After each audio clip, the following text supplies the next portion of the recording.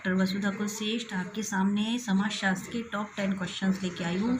Very important question है, same to same यही paper में आते हैं। देखते हैं कि ई सदरलैंड ने निम्नलिखित में से किस सिद्धांत का प्रतिपादन किया था।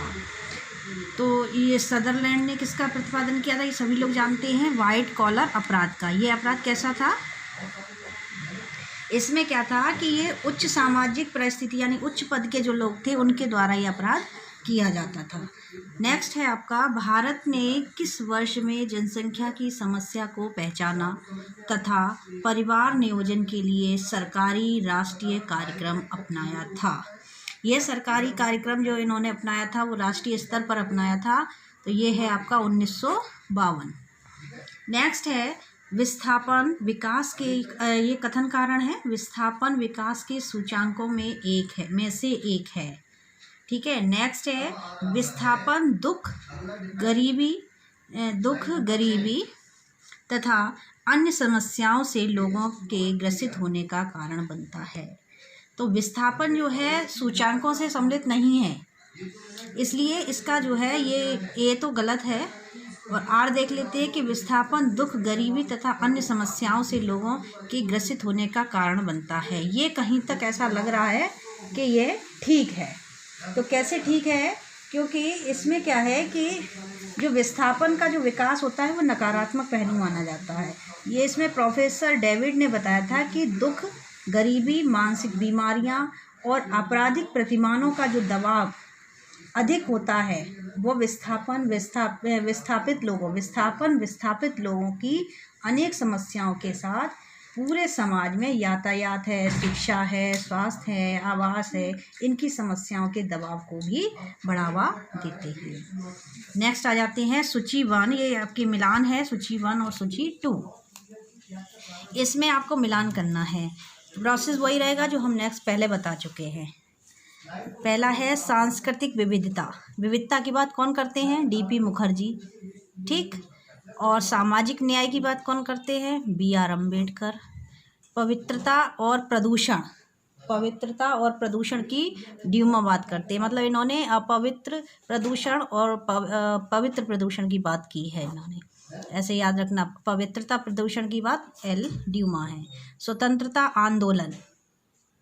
स्वतंत्रता आंदोलन आपका किसका हो गया, AR देसाई का हो गया। ठीक है। नेक्स्ट आ जाओ, एनोमी शब्द का प्रयोग निम्नलिखित में से किसने किया है। सब लोग टिक लगा देते हैं दौड़ के, दुर्खीम, क्योंकि दुर्खीम जाना पहचाना है, तो हाल फटाफट से दुर्खीम लगा देते हैं क्योंकि इन्होंने नियमहीनता का अर्थ बताया था, है ना। तो इसमें जो श्रम विभाजन की जो इनकी पुस्तक थी, श्रम विभाजन, उसमें था इनका दुर्खीम का। तो एक तो हमारे दुर्खीम हो गए, दूसरा इसमें ये मर्टन भी हैं। मर्टन क्यों है, इनकी जो पुस्तक थी वो थी इनकी सोशल स्ट्रक्चर एंड एनोमी, ये पुस्तक थी मर्टन की। दुर्खीम ने श्रम विभाजन में और मर्टन ने आपका सोशल स्ट्रक्चर एंड एनोमी में बताया है। तो आपका तीसरा और चौथा सही है, तो इसका सही आंसर ये हो गया। ठीक है। इसमें हमने बताना भूल गए आपका, इसमें A सही गलत है और R सही है। ठीक है, इसका ये आंसर है। चलिए नेक्स्ट आ जाते हैं।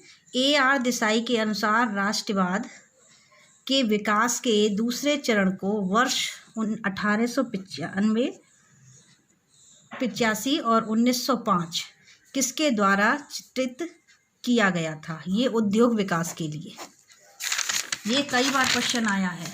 नेक्स्ट है आपका सूची 1, इसमें प्रमुख चिंतन दिए हुए हैं, और दूसरा है सूची 2, इसमें व्यक्ति बताए गए, मतलब राइटर हैं। तो संसाधन जनसंख्या में वृद्धि की सीमा तय करती है। जनसंख्या की बात आ गई तो आपका दिमाग तुरंत बोलेगा माल्थस। ठीक है, लेकिन इसमें क्या है कि जनसंख्या की बात नियंत्रण करने की इधर भी दी है, तो कन्फ्यूज़न नहीं खाना है कि संसाधन की जनसंख्या में वृद्धि की जो सीमा तय करी गई थी वो TR माल्थस ने की थी। मनुष्य अंतिम संसाधन है, ये है जूलियन L साइमन।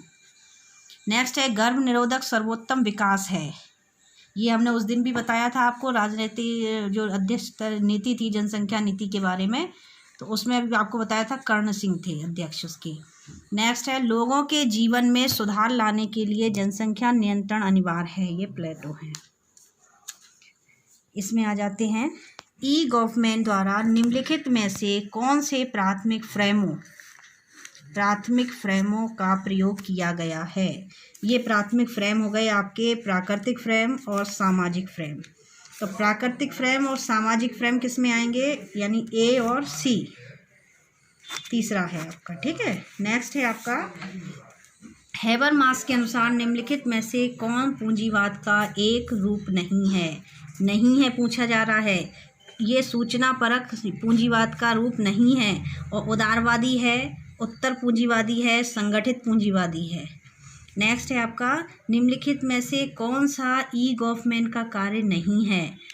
स्वयं और समाज, दैनिक जीवन में स्वयं का प्रस्तुतिकरण, आश्रम और सव्यवहार विधि। तो इसमें आपका सही आंसर है स्वयं और समाज। Thank you.